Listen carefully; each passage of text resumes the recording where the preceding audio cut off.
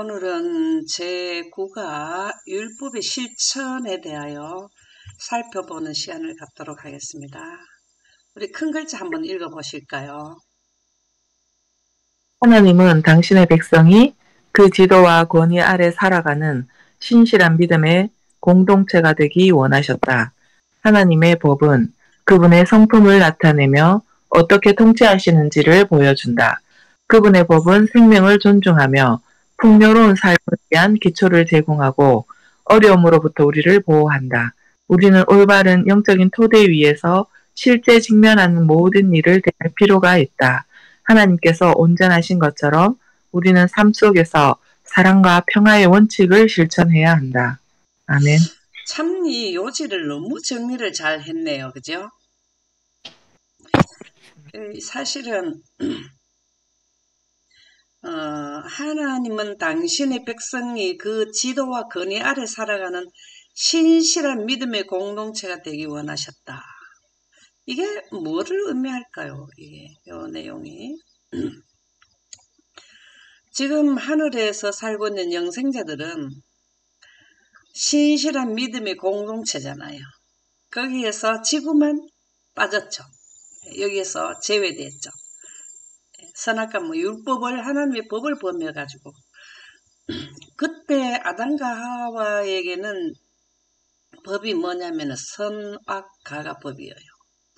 선악과를 먹으면은 하나님의 영광이 물러가고 먹지 않게 되면은 영광이 지구 전체에 비치는 그 제도가 바로 그들에게는 율법을 실천하게 되는 거죠.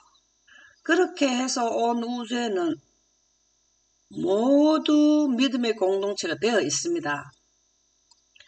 그런데 지구만 태양빛, 태양은 하나님의 품성의 사본이죠. 하나님의 품성은 뭐라고요? 하나님의 영광이죠. 그 하나님의 빛이 하나님께로부터 나오니까 하나님의 성품이에요. 하나님의 마음이 성령이고 하나님의 빛이라고. 왜 그러냐면 하나님께로부터 나오잖아요. 그것이 바로 하나님의 마음이고 그 다음에 품성이고 영생하는 생기고 이렇게 된다는 거죠. 근데 태양은 하나님의 빛은 오르, 원어로는 히브리어로 오르이고 태양은 마오르예요. 그 마오르라는 의미가 오르에서부터 나왔다. 그 뜻이라는 거죠. 근데 지구만 달랑 사본에 의존해서 살고 있다.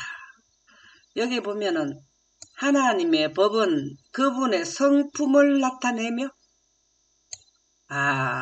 이 성품이 바로 뭐라 그랬죠?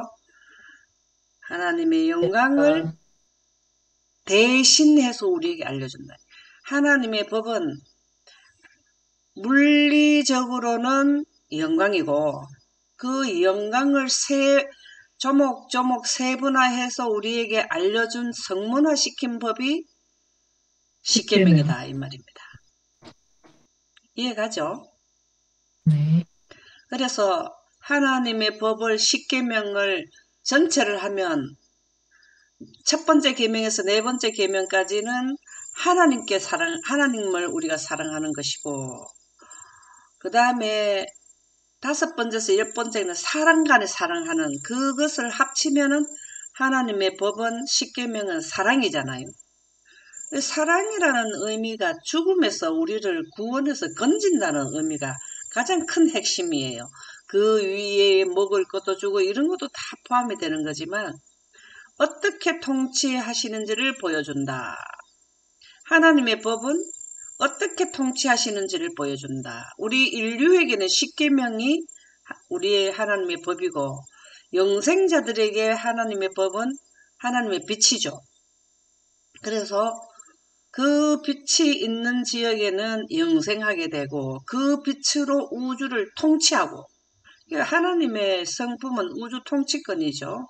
그리고 사랑이고 그분의 법은 생명을 존중하며 하나님의 법은 우리가 여기 십계명에도 보면 살인하지 말라 그랬죠. 그 생명을 죽이지 말라. 이게 생명법이잖아요. 근데 영광법은 십계명은 인류의 육신의 생명을 존중해 주는 것이지만 하나님의 우주 통치권인 하나님의 그 십계명의 원본은 영생가게 하는 거잖아요. 법은 생명을 존중하며 풍요로운 삶을 위한 기초를 제공하고 어려움으로부터 우리를 보호한다. 당연하죠. 약한 자가 살 수 있나요? 뭐 살인하지 말라 하는 법이 없으면은 우리가 그 법이 우리를 지켜주잖아요. 우리는 올바른 영적인 토대 위에서 실제 직면한 모든 일을 대할 필요가 있다. 하나님께서 온전하신 것처럼 우리는 삶 속에서 사랑과 평화의 원칙을 실행해야 한다. 하나님이 온전하신 것은 왜 온전할까요? 빛을 생성하시기 때문에. 아멘입니다. 감사합니다. 우리는 그 빛을 생성하신 것을 받아들이기를 원하느냐 하면 네, 원합니다. 이게 십계명 지키는 거예요. 그것을 우리 삶 속에서 다른 사람들에게 사랑, 십계명의 원본은 하나님의 빛이고 영광이잖아요. 그것을 이렇게 영생하는 생기야 하고 알려주는 게 사랑과 평화의 원칙입니다. 우리가 영광을 선포하는 것은 사랑과 평화의 원칙을 실천하는 거가 되고요. 우리가 알고 자기만 하게 되면은 자기만 구원을 받는 것이죠. 그런데 이거는 태양빛이 온 지구 전체를 비추듯이 우리가 작은 태양이 되는 거잖아요. 왜 그러냐면 빛을 품었기 때문에 빛은 속성이 직진하게 되어 있어요. 나가게 되어 있다. 그래서 우리가 이 영광 공부를 하게 되면은 자발적인 전도를 하게 된다. 타에 의해서 하는 것이 아니라. 저도 맨 처음에 이렇게 유튜브하고 뭐 다른 사람들에게 전달하고 1도 없었어요. 내가 목이 말라서 먹을 물이 없는데 너무 나눠줄 게 어디 있습니까? 그래서 나는 하늘에 가고 싶어서 공부를 했는데 해보니까 이거는 혼자 품고 있기가 감당이 안 되더라고요. 그게 누구든지 다 그래요. 그래서 모세나 우리 그 선지자들을 모두가 그런 거예요. 그래서 기억절 한번 읽어보세요. 너는 이스라엘 자손에게 이같이 이르라. 내가 하늘로부터 너희에게 말하는 것을 너희 스스로 보았으니 너희는 나를 비겨서 은으로나 금으로나 너희를 위하여 신상을 만들지 말고. 아멘. 자, 여기에는 보이는 우상이고 보이지 않는 우상이 뭘까요? 신상을 만든 이 영원 우상을 숭배하지 말라라는 내용이잖아요. 이 기억절이. 네, 영원 불멸설. 아멘입니다. 아, 너무 감사합니다. 이렇게 핵심을 말해주셔서 너무 감사합니다. 진리에다가 비진리가 겹치는 것이 바로 뭐냐면은 바벨론이잖아요.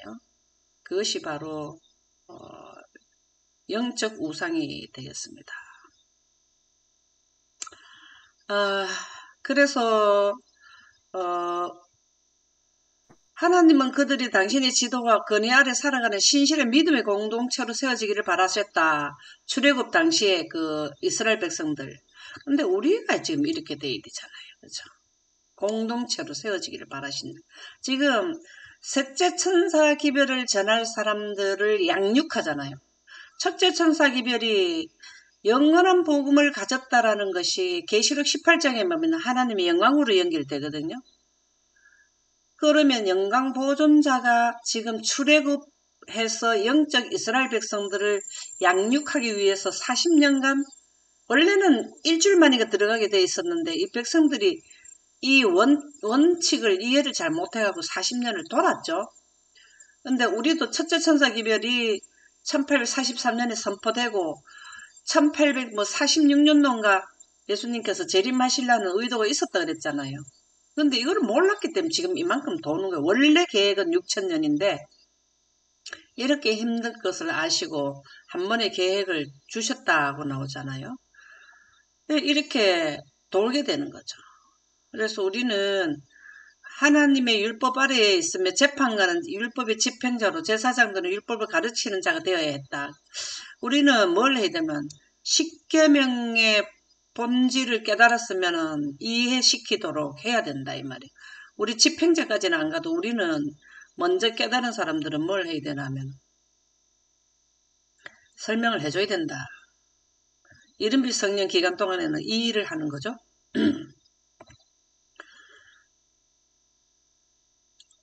율법이 거룩하고 공정한 것처럼 하나님도 그러하시다. 율법은 풍요로운 삶을 위한 자리를 마련하는 동시에 자, 우리가 십계명과 거룩한 법을 완전히 이해하게 되면 풍요로운 삶을 마련이 됩니까?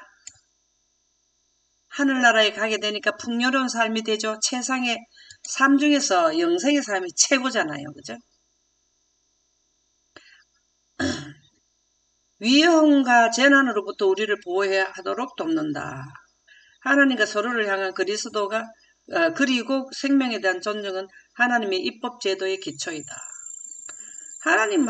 하나님께 향하고 생명에 대한 존중은 하나님의 입법 제도의 기초이다. 우리가 이 영광 기별을 알게 되면은요, 우리의 혀가요 굉장히 그 직접적인 살인을 안 해도 간접적인 살인을 한다고 나오잖아요. 말을 완전하게 하는 자는 온전한 자가 들어가기 위한 준비라 그랬잖아요. 한 말 한마디를 내 입에서 쏟아져 나올 때가요, 상대방의 생명에 그 영향력을 미칠 수 있다.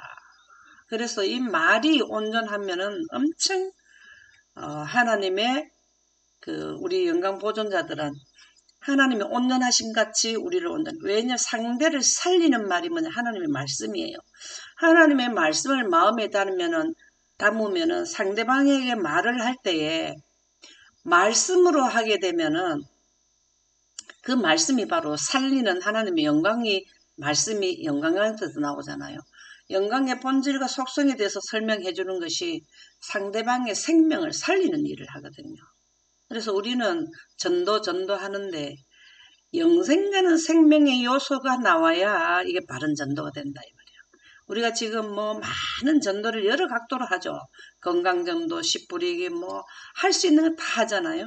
근데 영광 빠지고 하는 것은 그게 전도에 있어서 그 전도도 전도는 전도인데 바른 전도를 하면 더 좋다.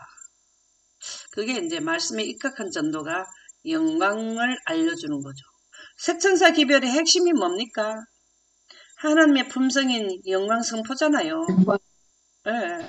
하나님의 품성이 영광 선포인데 영광은 영생과는 생명의 요소가 있잖아요. 생명의 빛과 생명수. 그게 우리가 아담과 하가 그걸 던졌기 때문에 죽었는데 우리는 그것을 원하는 것이 그러니까는 내 배에서 솟아나는 샘물이 되리라.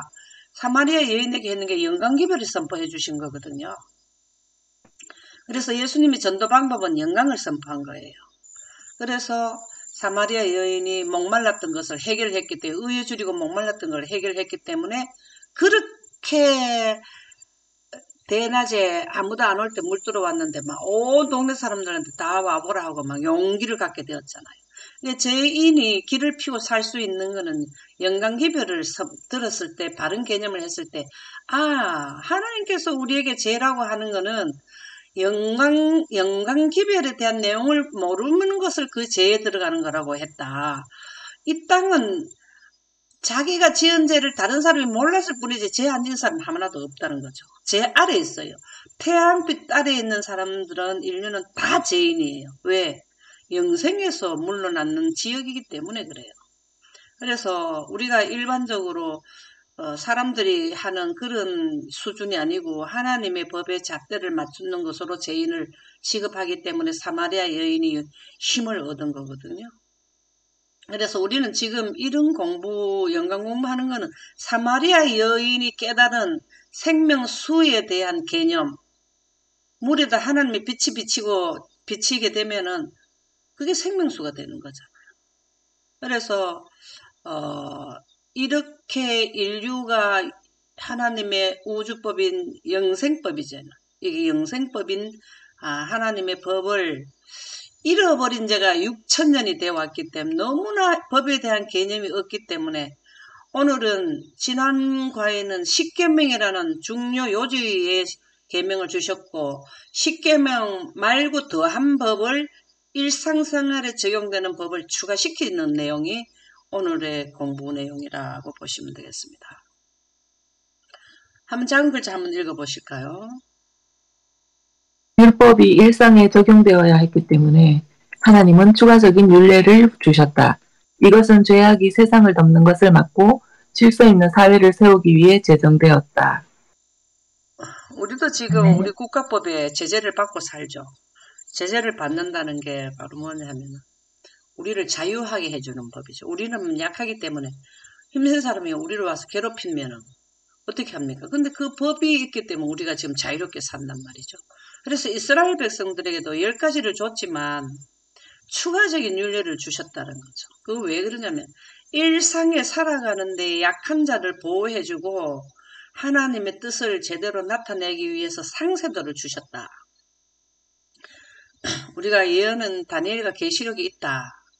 그렇게만 하면 어떻게 합니까? 아침마다 우리가 예언 공부하는 이 상세도가 셋째 천사 기변에는 상세도가 엄청나잖아요. 그냥 예언이 있어 이래 하는 것보다는 언제 무슨 큰 난란이 있고 작은 난란이 있고 작은 난란 기간에는 5째 나팔까지인데 그동안에는 어떤 사건이 일어나고 이런 상세도가 있듯이 여기에서도 오늘 우리 하는 상세도를 율법을 주심으로써 줘야만 뭘 해야 하냐면 그들이 살아가는 데에 자유함을 누릴 수가 있어요. 백성들의 마음은 노예 생활과 이방 종교를 어두워지고 저하되어서 400년 동안 했으니까 어떻게 되겠습니까? 노예라는 거는 수직 관계잖아요. 시키면 시킨 대로 해야 되는 관계잖아요. 근데 자유의지가 없다는 게 노예잖아요. 이거 우리는 죄의 노예가 되어가지고 죄에서 해방되는 거를 우리 스스로 못하는 거예요.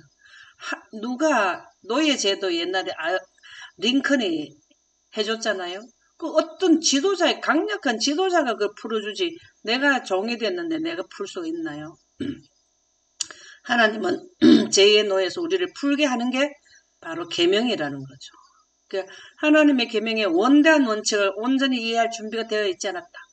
하나님의 십계명의 원대한 원칙이 뭡니까? 원대한 원칙이 뭘까요? 결과적으로는 십계명의 결과적인 건 뭐죠? 생명하고 관계되죠, 그죠? 영생하게 하는 게 원대한 원칙이죠.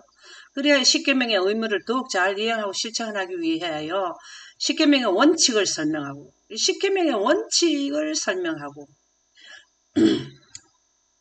십계명은 사랑의 원칙이잖아요. 그죠? 하나님을 사랑하고 사람을 사랑하고. 사랑이라는 거는 이 십계명에 어디에서 이렇게 줄여졌냐면 구속의 대경륜법이 사랑법이잖아요. 구속의 대경륜이 6,000년과 7,000년 걸려서 인류를 구원하는 원칙을 축소시켜 놓은 것이 바로 뭐냐면은 십계명이고 그 다음에 구속의 대경륜을 펼쳐놓은 게 성경책에 기록이 되어 있잖아요. 그래서 성경 말씀이 축소된 것이 십계명이고 십계명이 축소된 것이 하나님의 사랑이고 사랑은 하나님의 빛이라는 거죠. 품성이라는 거죠. 그래서 적용하는 부가적인 규례들이 주어졌다. 이 법들이 율례라고 불리는데 이는 그것들이 무한한 지혜와 공평으로 만들어졌을 뿐 아니라 법관들이 그것에 따라 판결을 내리도록 되어 있었기 때문이다. 이 법은 십계명과는 달리 모세 개인에게 주어졌으며 그는 이것들을 백성들에게 전달하였다. 추가적인 법은 모세 개인에게 주어졌는데 백성들에게 전달하는 것은 바로 모세를 통해서 했다. 근데 이 법을 사람들이 법을 오해를 많이 해요. 이 추가적인 법을 이스라엘 백성들은 뭘 하고 있습니까? 지금 현재도 안식일에는 어떻게 하고 이렇게 하는 게 법을 오해를 해서 그런 거거든요. 우리는 계명을 정말 오해하지 않아야 돼요. 오해하지 않으려면 원본인 영광법을 대조시켜야 오해를 하지 않는다는 거죠.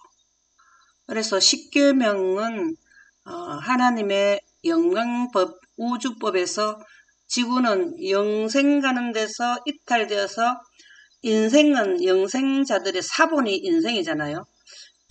그러면은 거기에 해당되는 법을 십계명을 줬기 때문에 십계명의 원본이 영광법이기 때문에 영광법인 원본에 비교하지 않으면은 십계명마저도 오해를 하게 돼서 지금 그 이해가 누구냐면은 현재 이스라엘 백성들이죠. 안식일에는 뭐 얼만큼 가면 안 되고 밥을 해 먹으면 안 되고 뭐 이런 여러 가지들이 있잖아요, 그죠? 여기에도 보면은 막 후구절절이 많이 나오네요. 뭐 성전이 그를 데리고 재판장으로 상전이 그를 데리고 재판장에 갈 것이요. 이거 한번 자세히 또 읽어보세요. 뭐 시간이 많이 가기 때문에 사람을 쳐 죽인 자는 반드시 죽일 것이니 이렇게 뭐 그때 당시에 그들에게 해당되는 내용이 기록되어 있습니다.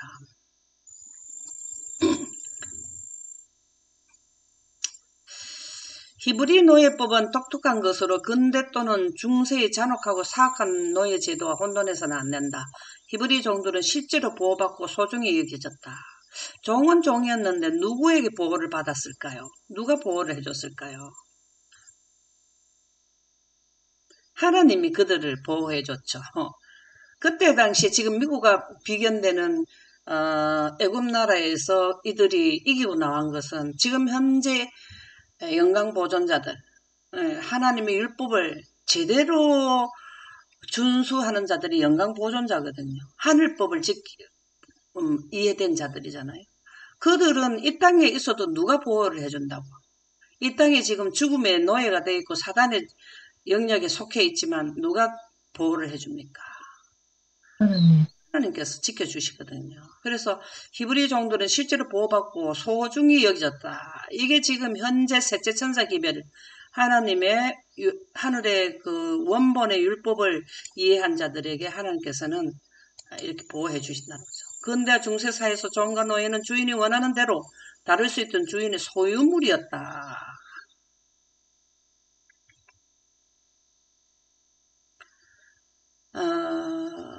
여기에서 뭘 해줬나 하면은 그 이스라엘 백성들이 그 뭐가 부족해서 빚이 접근하면은 종으로 팔려가는 제도도 있었죠.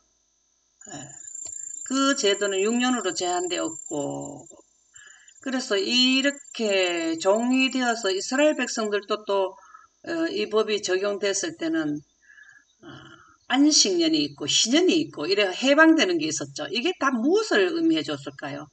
애굽 나라에 가서도 하나님께서 보호해줘서 종에서 해방되었고 이거는 출애굽이나 출지구로 보면 되고 여기에서 안식년과 희년에 해방되는 것은 뭘 의미할까요?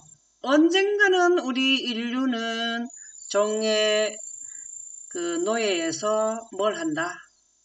하나님의 원하는 자는 하나님의 백성 죽음에서 해방된다 라는 것을 우리에게 계속 교훈해 주는 게 안식년, 뭐 희년 이렇게 되죠.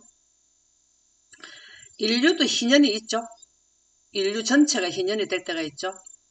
그 언제일까요? 인류 전체가 희년이 될 때. 조사 심판이 끝나고 나면은 장막절 있던가요? 네. 예, 우리도 인류 전체가 우리 인류에 대한 계획 구속에 대한 프로그램이 조사 심판 끝나고 나면은 그러고 나면은 우리가 이제 해방이 되는 거죠.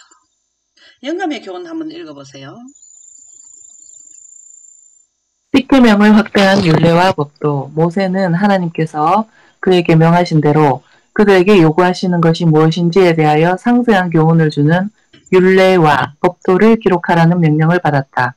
하나님께 대한 의무와 인간 상호 간의 의무와 이방인에 대한 의무에 관한 이 지시들은 십계명의 원칙이 확대된 것에 지나지 않았으며 아무도 오해할 필요가 없을 만큼 구체적으로 자세하게 주어졌다. 그들은 돌비에 새겨진 10교훈의 신성함을 수호하기 위하여 계획된 것이다. 아멘.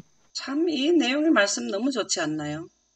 우리가 추가된 법이 십계명을 이해하기 위해서 추가된 것이고 지금 현재 우리가 성경에 있는데 추가된 것이 예언의 신이잖아요. 우리 교회에. 이 성경을 바로 이해를 돕기 위해서 학교로 보면 교과서가 있고 우리가 할 때는 전과라 그랬는데 그게 해석해 주는 게 바로 뭐냐면은 우리가 가지고 있는 예언의신이거든요. 여기에서도 오늘 공부하는 것은 십계명에 대한 개념을 설명하고 살아가는 데에 도움이 되도록 해줬는데 이것이 지금 오해가 되어가지고 이스라엘 백성들이 그걸 준수하고 있잖아요. 그러면 이 십계명은 무엇을 설명하기 위해서 십계명이 주어졌냐면 원본인 영광을 하도록 하기 위해서 줬다 이 말이에요. 하나님의 율법의 원본인 하나님의 법은 빛이요 잠언에 나오죠. 법은 빛인데 그것을 더 빛이라 하면은 사람들이 이 사본의 세상에 사는 인류는 이해가 좀 부족하기 때문에 이렇게 문서화 시켜서 줬거든요. 그래서 하나님의 빛이 확대된 게 십계명이고 십계명을 확대시켜서 지금 우리에게 보여준 게 지금 오늘 공부하는 이러한 내용들이 더해준 추가된 법이거든요. 그래서 우리가 이것을 아무도 오해할 필요가 없을 만큼 구체적으로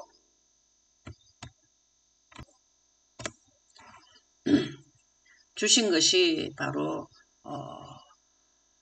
십계명을 더 이해하도록 주는 것이 계속해서 출애굽기와 이런 말씀에 기록되어 나오죠. 그죠? 그래서 더 많은 법도라라고는 한번 읽어보시죠. 하나님의 법은 사람의 마음에 악을 바로잡고 좋은 상호관계를 배양하며 공의와 사랑이 행동을 다스리게 하며 구원과 구속을 되새기게 했다. 아멘. 우리가 참 사단이 뭘 가리나 하면은 선악과를 먹게 해서 하나님의 영광을 가린 자가 하나님의 영광을 성문화시켜놓은 성경의 말씀도 가려졌거든요. 그 영광으로 하지 않으면 말씀이 오해를 하게 된다고. 그래서 하나님의 법은 사람의 마음에 악을 바로잡고 우리가 지금 태어날 때부터 사단의 영역에 태어났기 때문에 악의 성향이 있단 말이에요. 유전자가 있단 말이에요. 근데 좋은 상호관계를 배양하며 그래서 우리는 유전자 자체를 교정시키려고 하는 게 하나님의 품성이에요. 죽음으로 가게 되어 있는 그 원래의 영생 가게 되어 있는 시스템에서 이게 그냥 혼합이 되어 버린 거죠. 그래서 바로 잡는 것이 바로 뭐냐면 하나님의 법이고 하나님의 십계명을 원본을 놓고 보지 않으면 십계명이 우리가 바른 개념이 이해되지 않는단 말이죠. 그러면은 하나님의 성경 말씀의 원본이 하나님의 영광인데 성경 말씀을 원본에다 비춰보지 않으면은 사람의 생각이 더해지는 게 이게 이제 바벨화돼 버리는 거예요. 사람은 이 땅에 태어나서 보고 경험하는 게 죽음에 대한 체험만 열심히 하고 있는 게 우리 지구의 삶이란 말이죠. 인류의 삶인데 거기에 잣대를 자꾸 말씀하고 합해버리는 거죠.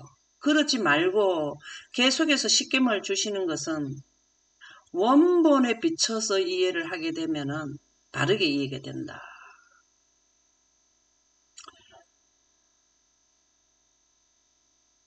여기에 읽어보는 정보 여기에는 보자 무슨 말씀이 있나? 살아가는데 필요한 교훈을 주셨네요. 사람이 약혼하지 아니한 처녀를 껴 동침하면 납폐금을 주고 아내로 삼을 것이며 만일 처녀의 아버지가 딸을 그에게 주기를 거절하면 이런 쭉 내용이 뭐냐면은 사람이 이 땅에 살아가면서 십계명을 줬지만 거기에 더 이해하기 쉽도록 분별하기 쉽도록 풀어서 줬는 말씀이 또 오늘 우리에게 제목이 뭐죠? 여기 제목이 더 많은 법도 하면 복잡할 것 같지만 사실을 잘 이해를 하게 되면은 약한 자들이 보호받는 법이 바로 더 많은 법도가 되죠. 그리고 여기 보면은 약한 여자를 갖다가 문제를 일으키면은 거기에 해당되는 거를 해줘야 되지. 그런 법을 더 많은 법도를 주지 않으면은 당하기만 하면은 억울하잖아요. 그래서 이 더 많은 법도를 줬다. 이 내용이 뭐 짐승아 행음하는 자는 반드시 죽일지라, 뭐 다른 신에게 제사를 드리는 자는 멸절할지라, 이런, 이게 바로 십계명을 어떻게 이해를 해야 되느냐를 이제 더 자세하게 줬다, 그 말씀이 되겠습니다.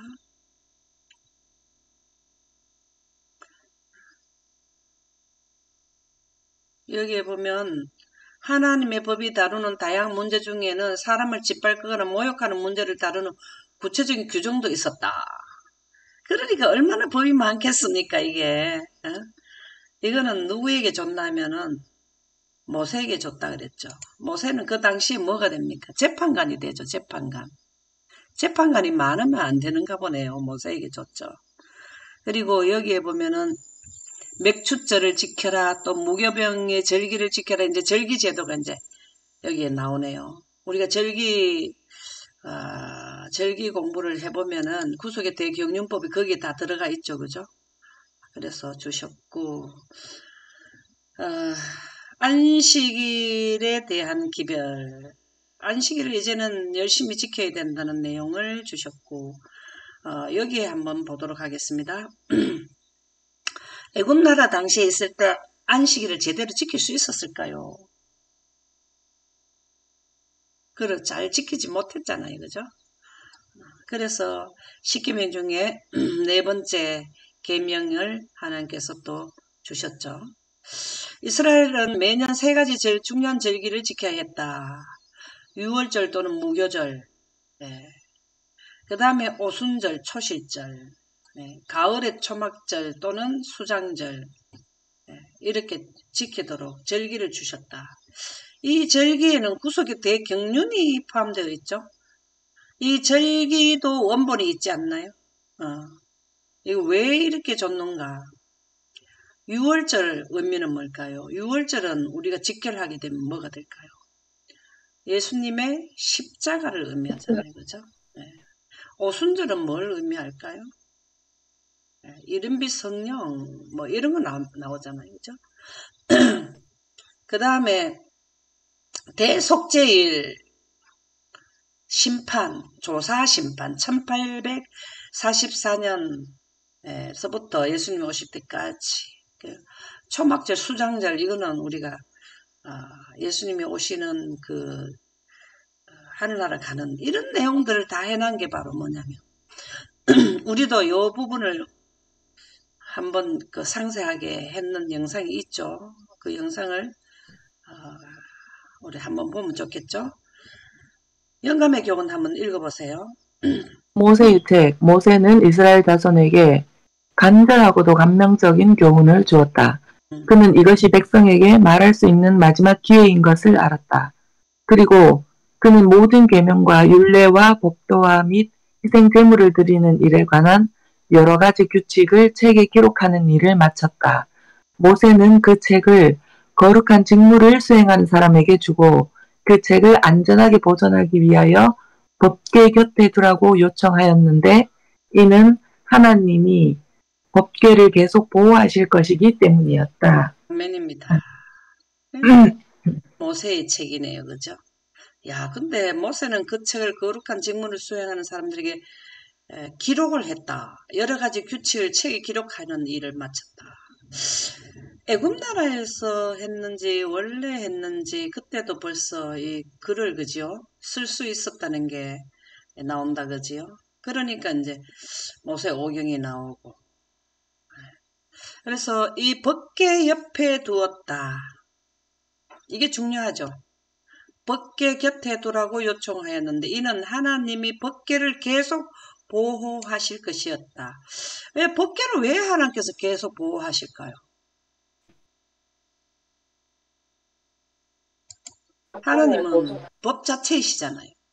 하나님은 빛이시다는 건 하나님은 법은 창시자고 이 법이 없으면 우주가 유지가 됩니까? 무엇이든지 법이 있어야 돼요. 그래서 우주법이 바로 하나님의 영광법이고 영광은 구름이 하나님 빛인데 빛이 법이에요. 빛의 하나님의 빛으로 만물을 통치하시잖아요. 그죠? 존재하기도 하는 것이 하나님의 영광, 유지하는 것도 하나님의 영광, 운영하는 것도 하나님의 영광. 그게 말씀에 나오지 않나요? 네. 이스라엘이 영토를 차지하기 위해 무력으로 싸우는 것은 하나님의 의도가 아니었다. 그분의 지도력과 뜻을 따랐다면 그것은 특별한 선물로 주어졌을 것이다. 저는 여기에서 이번에 이 내용에 참 은혜를 받았거든요. 전쟁을 안 하는데 누가 전쟁을 해주면 하나님께서 다 알아서 해주셨다 이 말이더라고. 공부해 보신 분들 똑같은 이해를 했을 것으로 생각돼요. 은혜를 받았을 줄로. 특별한 아멘. 선물로 주어졌을 것이다.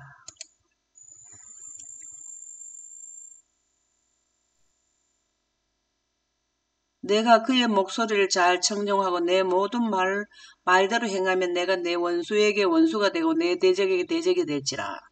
하나님께서 이거를 다 해결해 주신다는 거죠. 아멘. 그렇다면은 출애굽은 뭐를 예표한 것일까요? 지구, 출애굽은 지구, 아멘입니다. 그러면은 셋째 천사들은 모세는 셋째 천사들을 예표하는 거잖아요. 그죠? 아멘. 그러면은 셋째 천사들은 뭘 받아가지고?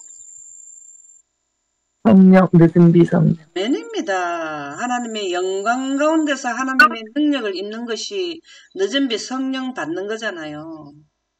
이 모세는 십계명 받을 때고 그렇지 않을 때도 다 뭘 했냐면은 영광으로 그는 꼴지어졌더라고요.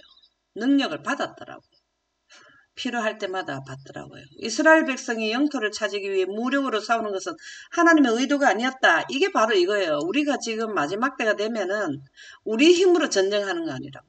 우리 힘으로 전쟁하면은 솔직히 하나님께서 열지향을 모세를 통해 주지 않았다면은 이스라엘에서 출애굽을 할 때에 애굽 나라 사람들을 이겨낼 수 있었을까요? 하나님 능력으로 나온 거예요.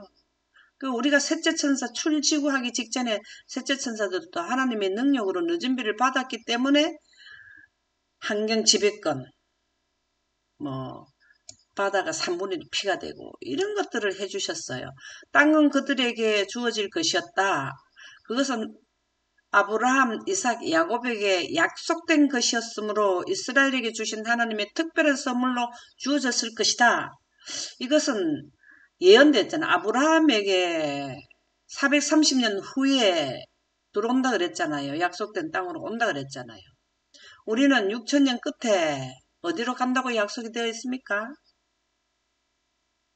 하늘나라. 아멘입니다. 그래서 여기에 보면은 그 예가 나오죠.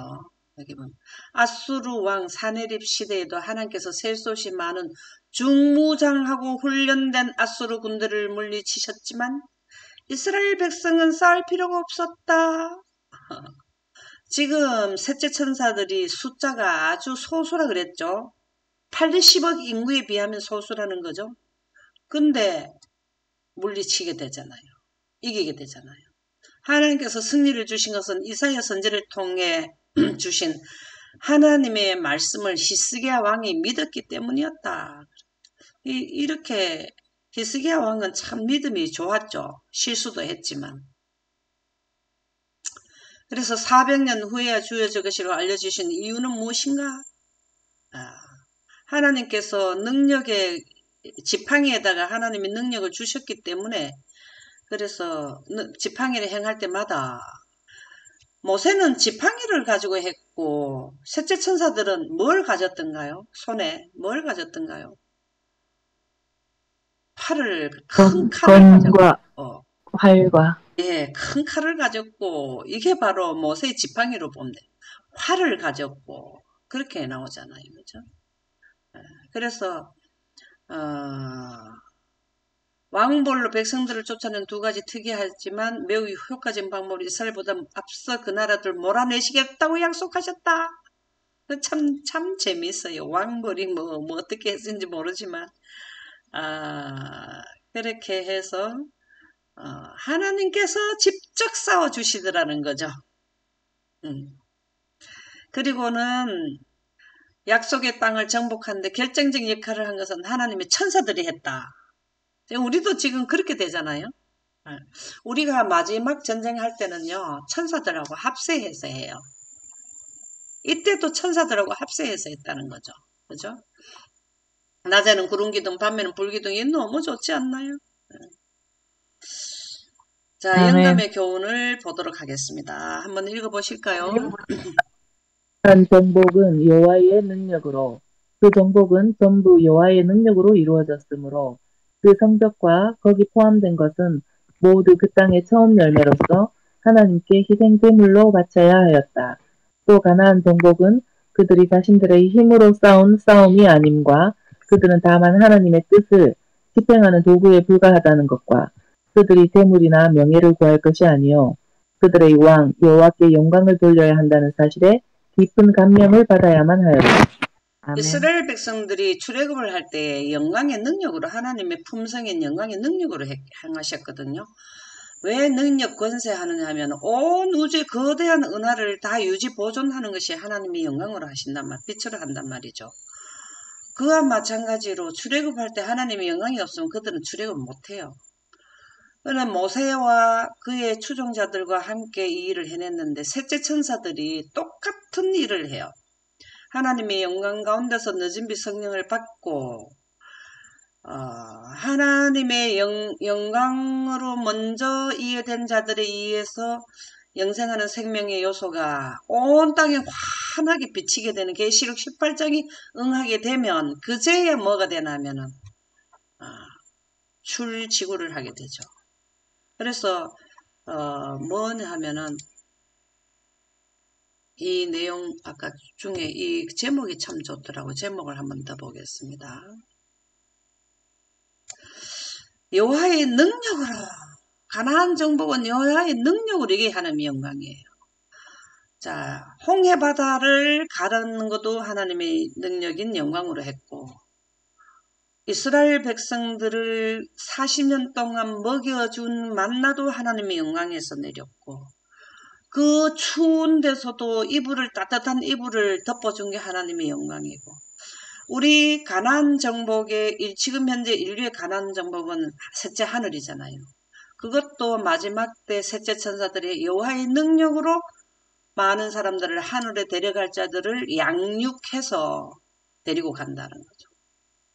그래서 이때 법은 눈에는 눈으로 이렇게 정의는 실현돼야 하지만 자기 손이 아닌 하나님의 법에 따라야 했다. 예수님은 정의와 화해를 가져오고 평화를 회복하기 위해 잘못된 것을 바로잡으셨다. 지금 현재 눈에는 눈으로 법이 지금 현재 되면은 문제가 많겠죠. 지금 현재도 뭐 사우디입니까 어디서는 이렇게 하고 있잖아요. 어느 나라는 하고 있잖아요. 근데 그때 당시에 해당되는 법이고 예수님이 오셔서는 이 법을 완화시켜 주셨죠. 갚으라 하는 것을 너희가 들었으나 이게 보복법의 의미를 어떻게 해석해야 하는가? 오늘 우리는 이것을 어떻게 적용해야 하는가? 지금 현재는 이 법을 우리가 적용하지 않죠. 그때 당시에는 이 법이 필요했지만 지금 현재 예수님께서는 다르게 설명을 해줬다라는 의미가 나오더라고요. 산상수훈에서 예수 그리스도는 사람들이 익히 알고 있는 구약 성경의 본문을 인용하셨다. 그러나 그분은 당시 랍비들의 해석을 반대하셨다. 지금 현재 그게 그대로 나오면은 손이 성할 사람이 있습니까? 그들의 해석은 수세기에 걸쳐 이 법의 본래 목적에서 벗어나 있었다. 인간의 전통은 하나님의 말씀의 목적을 가렸을 뿐만 아니라 어떤 경우에도 그 의도와 의미를 왜곡했다. 예를 든다면 안식일 규정과 안식일 계명에 대해 그들이 한 일을 생각해보라. 지금도 이때 당시에 안식일의 규제에 대해서 해줬는 그거를 본질하고 다르게 법을 지금 오해를 해버린다는 거죠. 예수님은 당신의 말씀을 통해 이러한 법의 원래 의미를 회복시키셨다. 예수님이 십계명을 주신 것은 사랑법이고 생명회복법이잖아요. 그쵸? 그 본질에 어긋나고 규례에만 집중해서는 안 된다라는 말씀입니다. 여기에서 이제 눈은 눈으로 이는 이로 이렇게 해서 너희가 이것을 들어서는 너희에게 이르노니 인용하면서 이른바 보복법을 말하고 이 구절은 성경의 다른 곳에서도 사용된다 이렇게 씁니다.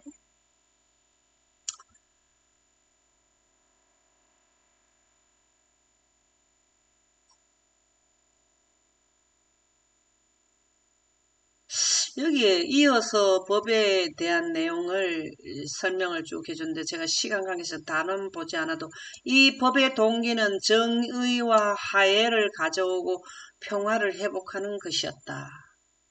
그때 당시에는 그 법이 적용이 되어야 될 때가 있었고 지금은 원래의 십계명의 법의 그 본질을 예수님께서는 알려주신다 그죠. 우리가 십계명의 본질과 그 속성을 바로 이해하는 것이 영광으로 이해되거든요. 왜 생명법이라는 거예요. 생명법. 십계명도 인류의 생명을 보호하는 법이죠. 살인하지 말지니라. 이 다 생명을 보호하는 법이잖아요. 근데 십계명의 법은 인생의 법에 많이 이제 이해되는 부분이 두 번째 돌비고 첫 번째 돌비는 우리가 원본 하나님의 십계명의 원본을 이해하도록 되어 있는 것이 그 풀어난 것이 첫 번째 돌비로 보면 되는데요. 그래서 우리가 십계명은 두 번째 돌비는 인생의 생명을 안위를 위해서 주어졌고 첫 번째 돌비의 내용을 본다면은 그거는 영생하는 원리를 기록해 두었다라고 우리가 이해를 해도 될 것 같습니다. 복수는 정당화될 수 없음. 그것은 하나의 국가적 법령이었다. 어떤 사람도 복수하는 것이 정당화될 수 없었다. 왜냐하면 다음과 같은 주님의 말씀을 알고 있었기 때문이다. 너는 악을 갚겠다 하지 말고 그가 내게 행한 같이 나도 그에게 행하여 그 행한 대로 갚겠다 하지 말지니라.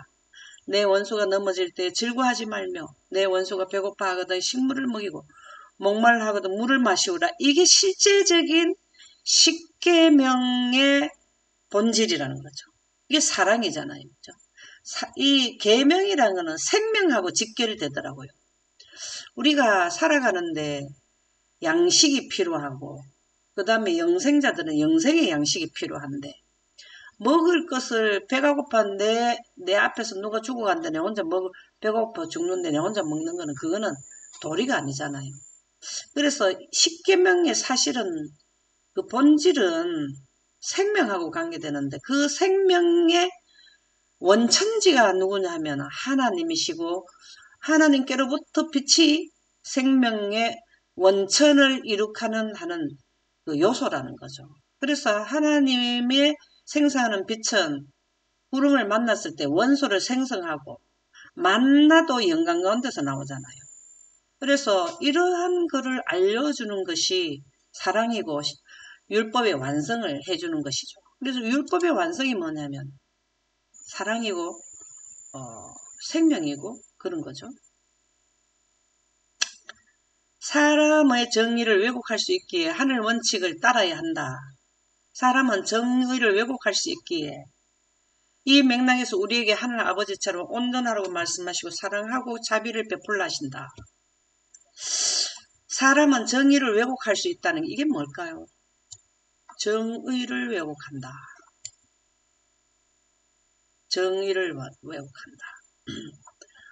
모든 말씀은 우리 인류는 사본의 삶을 살고 있잖아요. 사본의 에너지를 받고 있잖아요. 그럼 원본을 갖다 놔야 왜곡이 되지 않는다 이 말이에요. 그게 하늘의 원칙이라는 거죠. 하늘은 영생가게 하는 원칙이 뭐냐면 하나님의 빛이 있기 때문에 우리가 지구를 창조하시고 에너지가 두 강원이 있었죠. 창세기 1장 3절에 영생하는 빛과 그 다음에 저 멀리 영생하는 빛은 성층급 물층에 전반사 입사시켜놨고 저 먼 데가 뭐냐면 태양에 있었잖아요.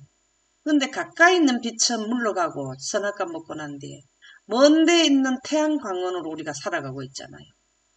그래서 하늘 원칙이라는 거는 영광을 의미하거든요. 생명의 요소, 생명수와 생명의 빛을 따라야 한다. 이게 바로 영광이죠. 이 맥락에서 우리에게 하나님 아버지처럼 온전하라고 말씀하시고, 우리가 영생하는 자들은 하나님이 온전하시민 그 빛을 받기 때문에 우리가 여기서는 죽음이 있지만 하늘나라 가면 죽음이 없습니다. 그래서 아버지처럼 아버지야 내가 온전하시같이 너희도 온전하라는 것은 영광을 소유해라 이 말이에요. 받아들여라 그 말씀이라. 사랑하고 자비를 베풀라 했다. 내 사랑하는 자들아 너희가 친히 원수를 갚지 말고 하나님의 진노하심에 맡기라. 기록되어 있으되 원수 갚는 것이 내게 있으니 내가 갚으리라고 주께서 말씀하시니라. 제가 여기에서 많은 은혜를 받았어요. 굳이 나를 괴롭힌 사람을 내가 괴롭히려고 생각하지 말라는 거예요. 물은 물대로 가고 쟤는 제대로 간다는 말이 여기서 나온 것 같더라고. 누가 다 해주신다고? 하나님께서 다 해주신다고요. 이스라엘 백성들이 전쟁에 나갔을 때도 이런 예들이 많았죠. 모세가 막 손을 이렇게 들고 있을 때는 뭐 했습니까? 이겼고 내리 있을 때는 지고 이게 다 무엇을 의미할까요?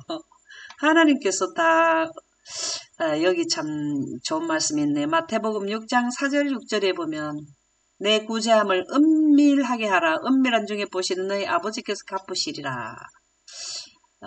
골방에 들어가 문을 닫고 은밀한 중에 계신 내 아버지께 기도하라. 은밀한 중에 보시는 내 아버지께서 갚으시리라.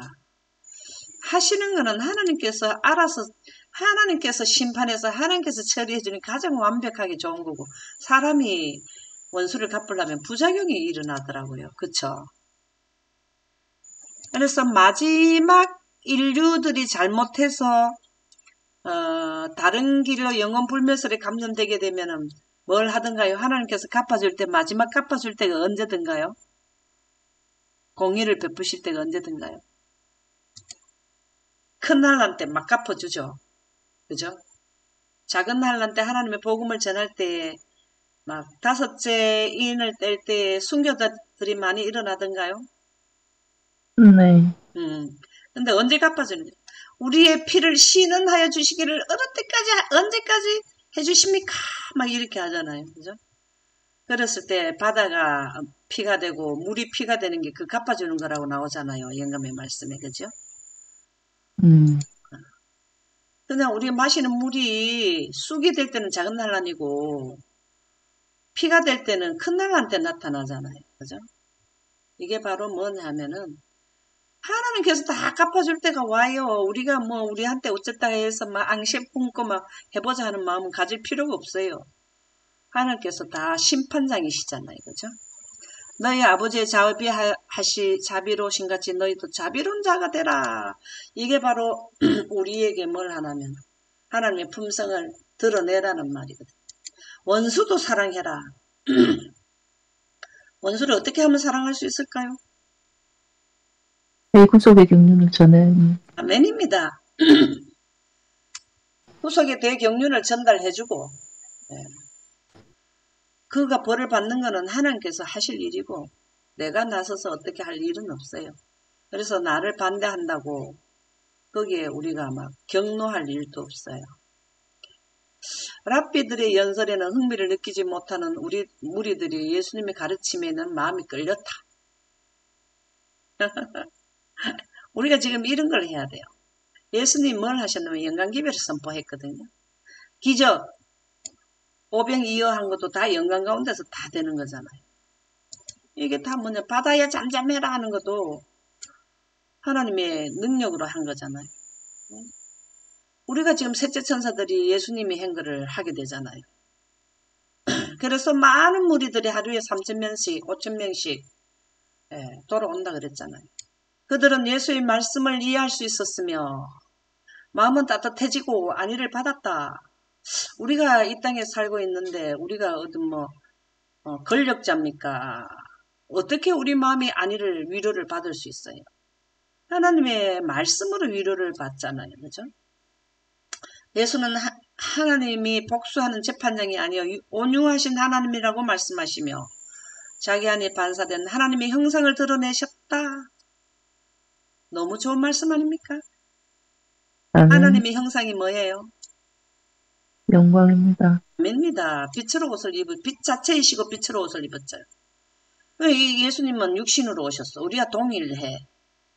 그러면은 예수님 하신 것처럼 하면 돼요. 예수님은 늘 뭘 원하셨냐면은, 기도하셨냐면은, 하나님이 능력을 구했거든요.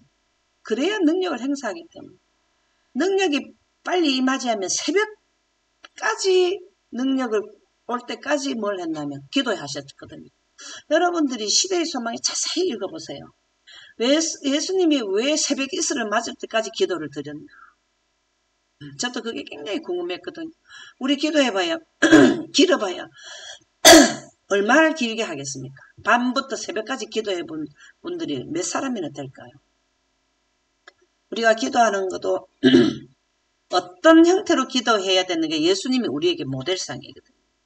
예수님은 하늘의 원칙을 이 땅에 상실된, 잃어버린 하나님의 원칙인 영광을 드려놔야 되는 분이기 때문에 늘 하나님께 영광을, 능력을 구해가지고 오병이어도 했고 바다에 잠잠하라도 했고 또 사람도 아픈 것도 살리고 나사로도 살리고 이게 전부 다 뭐냐면 온유하신 아버지라고 말씀하시며 자기 안에 반사됐다는 건 하나님의 빛을 구했기 때문에 들어왔다 이 말이잖아요.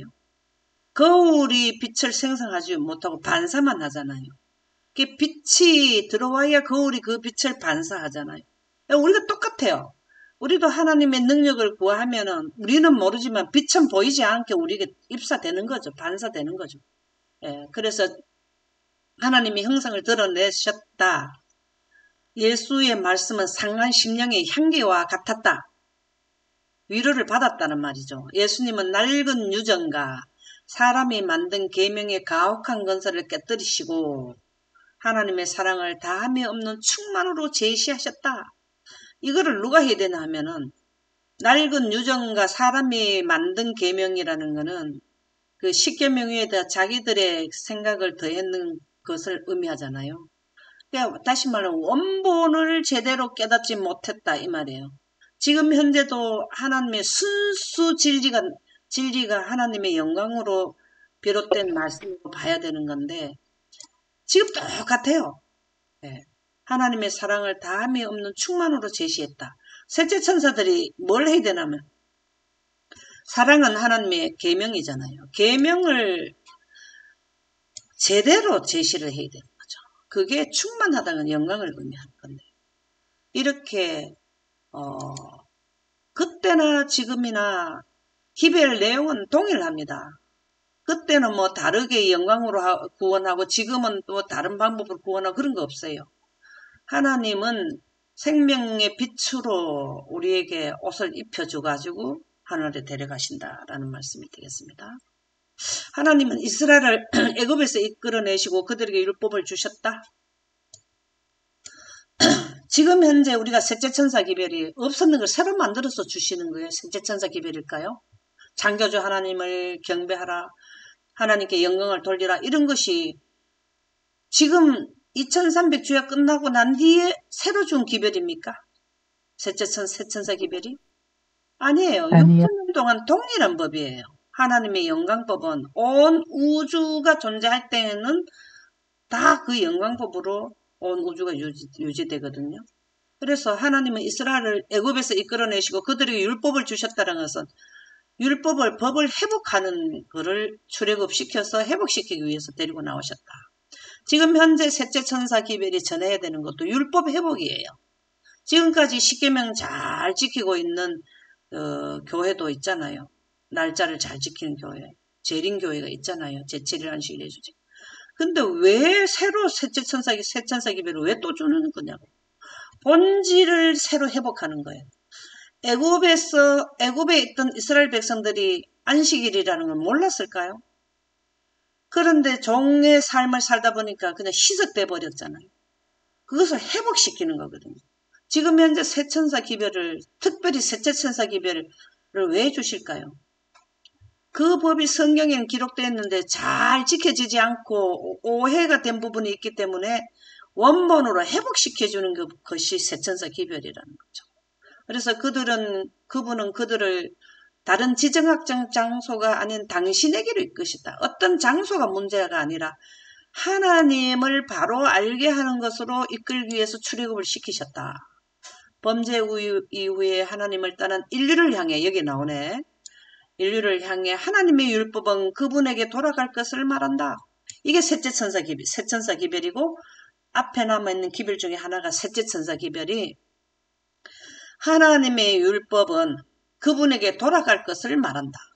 이게 영광법이에요. 첫째 천사 기별이 하나님께 영광을 돌려라 하는 게, 그분에게 돌아가게 하는 법을 제시하는 게 첫째 천사 기별이라고. 그것을 반복적으로 다시 한 번 더 반복적으로 해주는 게 셋째 천사 기별 전할 때 또 첫째 천사 기별 더하기, 둘째 천사 기별 더하기, 시기 기별 더하기, 일요일 휴업용법인 셋째 천사 기별이 나가는 거잖아요.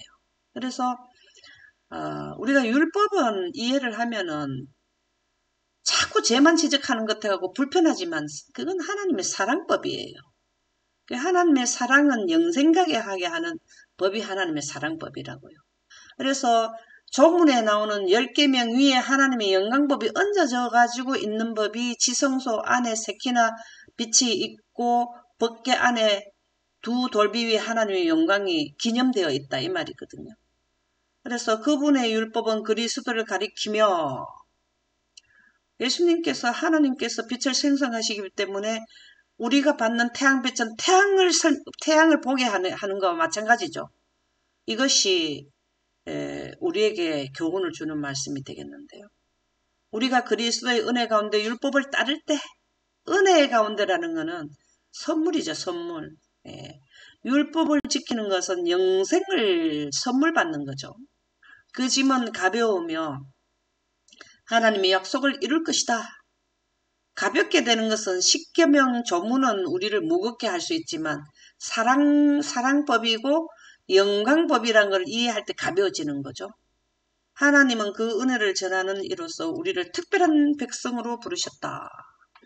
이스라엘 백성들을 특별한 백성으로 삼으신 것은 영생법을 그들에게서 나가게 하기 위해서 그들을 특별한 소유로 삼으셨고, 지금 마지막에 재림교회는 특별한 백성으로 부르심을 받았는데 왜 그러냐면은 십계명의 안식일이 하나님의 영광이 가장 많이 그 위에서 나오더라는 영감의 말씀에 보면은 법궤 안에 있는 십계명 중에서 두 번째 돌비보다 첫 번째 돌비의 하나님의 영광이 더 강하게, 그 다음에 네 번째 계명은 더 영광이 더 강하게 나온다. 그렇게 나오거든요. 그래서 제7일 안식일 예수 재림교회의 안식일이라는 것은 영광이 더해진 법을 지키는 단체입니다.